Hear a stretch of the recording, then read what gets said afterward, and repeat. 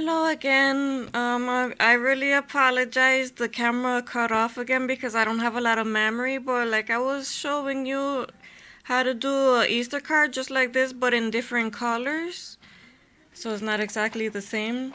But like I was saying, the paper set that I'm using is called Bright and Basic Cardstock paper from Recollections.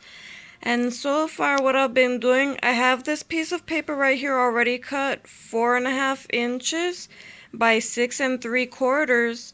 And what I've done here, I used a stamp from Inka Dinka Doom. And what I've done here, I've used Tim Holtz Distress ink in picked raspberry and black soot. And this is a Recollections Christmas tape, but I don't really care that much about it, so I'm just using it as a border so I don't get ink there, so that I can keep the edges white around these edges. And on this, I already used the Martha Stewart Deco Fan Punch to do this part. And so now I'm done with these two colors. I can set them aside. On the cross, I used, let me see where I have it. Oh my goodness, like, hold on. For the cross, I used the fossilized amber. I went under, that was my first layer, and then I went over that with abandoned coral. So it came out with this kind of a look, and I did the shadowing with the black soot distress ink, which is absolutely one of the best inks ever. Because it's like so versatile, you could use it for everything. I already have this card part cut out.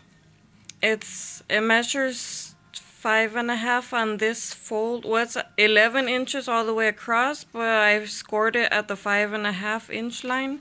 I used the Martha Stewart punch to go around here. It's the Deco Fan punch around the page set. And here I used a Paper Studio washi tape that I got at Hobby Lobby. This piece of paper right here, it's gonna go like that, like this one right here. It's from the Recollection set. I cut it down to 1.5 across by 6 3/4, and I went around the edge of this with the Tim Holtz Distress ink in the color Picked Raspberry. And I'm gonna use this, what's it called? I don't know what company makes this, but it's the ribbon that they sell at Michael's. So I'm sure you guys are all familiar with that.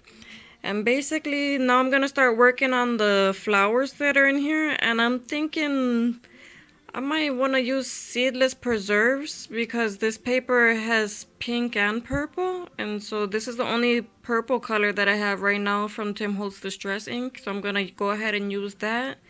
I'm gonna use cracked pistachio on the leaves and stems. I might do some little highlights with mustard seed. And then the other things I'm gonna do in Salty Ocean. So I'll be right back as soon as I'm done doing that.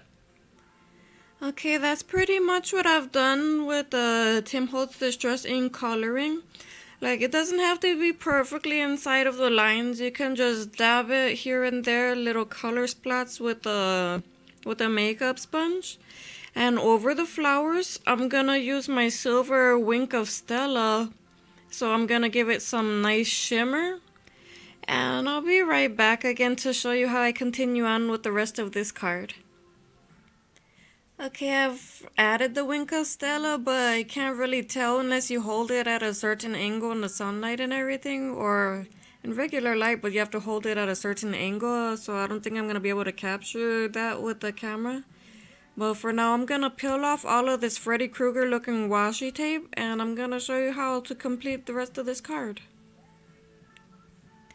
So this is the end product after you peel off the washi tape. And so we're gonna, like, let me move this over. It's kind of hard to do with one hand because I don't have a tripod or anything. I'm just holding the phone with my hand while I record. So we're gonna put that there. And we're gonna take this, remember the part of the page that came out of the book that had the glue on it right here, the serrated looking edge? we're gonna cover that up with the ribbon. So we're gonna put this, oh my goodness, I think I might have to cut off a little bit. Yeah, I'm gonna have to cut this down just a little bit and re-ink it, but that's not a problem. And then I'm gonna go over with my advanced tape glider, my Scotch one, ATG. And then we're gonna just pretty much glue down the ribbon, or tape it down, either way. We're gonna do that real quick. I'll be right back though. Let me get this cut down and re-ink the edges, and I'll be right back. Okay, I just trimmed off 1/4 inch from this. I actually took off from the serrated side so I wouldn't have to come around and re-ink everything. It just makes everything a lot more simpler and less time consuming. So now that I did that, I'm gonna have to use my ATG, or advanced tape glider, and I'm just gonna go around this edge and adhere this to the white paper, but remembering to leave a little bit of white space here, just like it is on this card over here. So as soon as I'm done with that, actually I'm gonna go ahead and attach the ribbon to it too when I do that, and I'll be right back.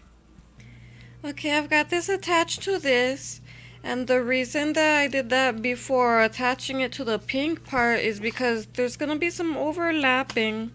And instead of cutting it off there where it can easily fray after time, I like to come around to the back and like glue it down to this so that it just stays really well in place. So I'm gonna do that. And then after I'm done with that, we're gonna attach it to this, and that's gonna be the final product.